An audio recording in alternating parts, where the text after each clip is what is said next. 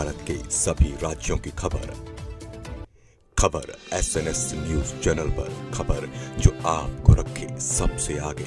खबर यूपी के जनपद चंदौली से है, जहां सेमरा साहबगंज चंदौली काशी हिंदू विश्वविद्यालय के पूर्व छात्रों द्वारा स्थापित स्वयंसेवी संगठन मातृभूमि सेवा ट्रस्ट के तत्वाधान में आरके नेत्रालय द्वारा लगातार प्रत्येक सप्ताह को आयोजित होने वाले निःशुल्क नेत्र शिविर में उस समय एक भावुक स्थिति उत्पन्न हो गई, जब मुख्य अतिथि के रूप में पधारे देश के जाने माने हृदय रोग विशेषज्ञ डॉक्टर ओम शंकर ने अपने भाई की इलाज के अभाव में असमय मौत का वाकया सुनाया।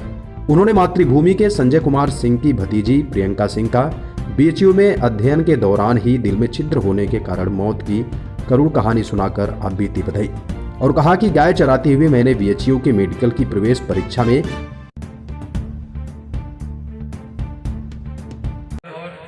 मेरे पीछे है अखिल। मैं भी इसलिए कोई काम कर रहा हूँ, इसलिए मैं दुनिया से भी नहीं डरता। 14 महीने सस्पेंड कर दिया तब भी नहीं डरा। 200-300 पुलिस अरेस्ट करने आई मुझे, तब भी नहीं डरा। मेरा खाना पीना हुक्का पानी बीएचयू में रोक दिया गया, तब भी मैं नहीं डरा। आज भी मैं नहीं डरता हूँ, ये तख्तो ताज से नहीं डरता हूँ मैं, और आप लोगों के अधिकारों के लिए लड़ता हूँ मैं। इसके पीछे मैंने खुद अपने भाई को खोया है,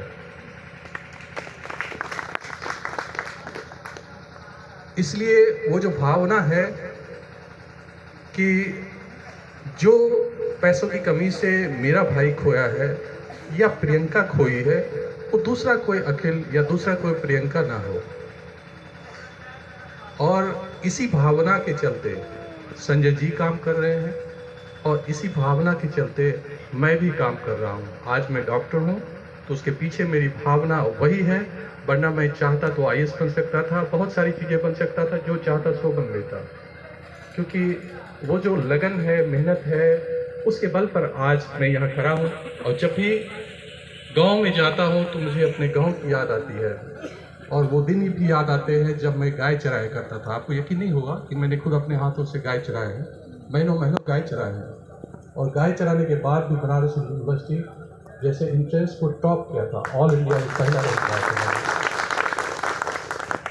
और ये इसलिए मैं ये कहता हूँ कि पटवार जो है हर व्यक्ति के अंदर है। ऐसा नहीं कि मैं ये नहीं कहता हूँ कि मैं कोई विशेष आदमी हूँ, लेकिन वो जो आग है वो सबों के अंदर नहीं होती। अपने दिल के अंदर आग पैदा करिए, और वो आग ही आपसे कुछ भी करवा सकता है। संजय जी को देखिए क्या करवा रहे, मुझे देखिए मैंने क्या किया। आप जितनी आज स्वास्थ्य के क्षेत्र में जितनी भी योजनाएं आप जानते हैं, आयुष्मान भारत से लेकर सब हम लोग की देन है। हम लोगों ने सरकार को मजबूर किया और आगे आने इतने सारे एम्स बने। आज डिस्ट्रिक्ट हॉस्पिटल को मेडिकल कॉलेज की बात कर रहे हैं, बनारस यूनिवर्सिटी को एम्स टाइप इंस्टीट्यूशन बने, 10-15 अस्पताल कैंसर के, और ये सब बनारस हिंदू यूनिवर्सिटी और आसपास में बनारस में मिले।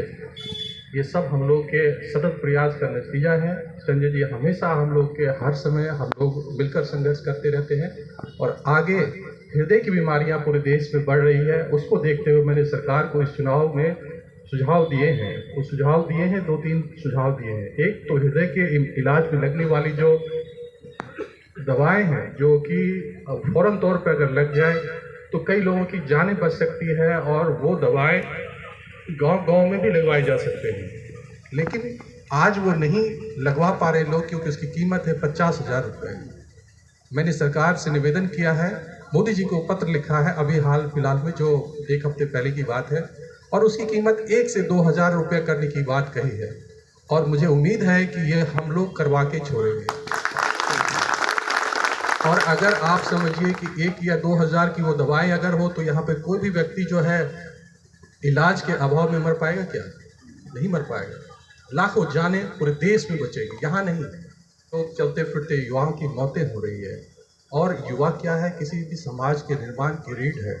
अगर हमारा रीढ़ ही कमज़ोर हो जाएगा तो हमारा गांव, हमारा समाज, हमारा जो देश और राष्ट्र जो है कैसे मजबूत होगा? और वो भी युवाओं में अगर ये तेजी से बढ़ रही बीमारी, तो उसके लिए हमने सरकार को कहा है कि इस देश के युवा मजबूत रहें, आपका देश तभी आगे बढ़ पाएगा। उसका कंधा ही कमज़ोर हो जाएगा तो आपका देश, आपका विकास कैसे हो सकता है? तो हमने कहा है कि 50-250 बेड के कार्डियक सेंटर पूरे देश में खोले जाए, जिसमें एक बनारस हिंदू यूनिवर्सिटी में भी खोले जाए, ताकि यहाँ के आसपास को सुविधाएं मिले। इसी तरह हमने एक एम्स बनारस में पुनः स्थापित करने के लिए बात कही है, क्योंकि एम्स अभी तक नहीं खुल पाया है। बहुत सारे छोटे छोटे अस्पताल या बिल्डिंग और ऐसे विभाग खुले हैं, लेकिन जो चाहिए कम से कम वहाँ जाते हैं, आप लोग जाते हैं, मुझे बहुत बुरा लगता है कि वहाँ पर बेड की कमी में आप लोग को बेड नहीं मिलता है। तो हम चाहते हैं कि 2000 बेड का कम से कम वहाँ पर एक एम्स का अस्पताल बने, जो दुनिया का सर्वश्रेष्ठ हो, और आप लोग जाएं तो आप लोग को बिस्तर की कमी ना हो, आप लोग कम पैसे में अपना।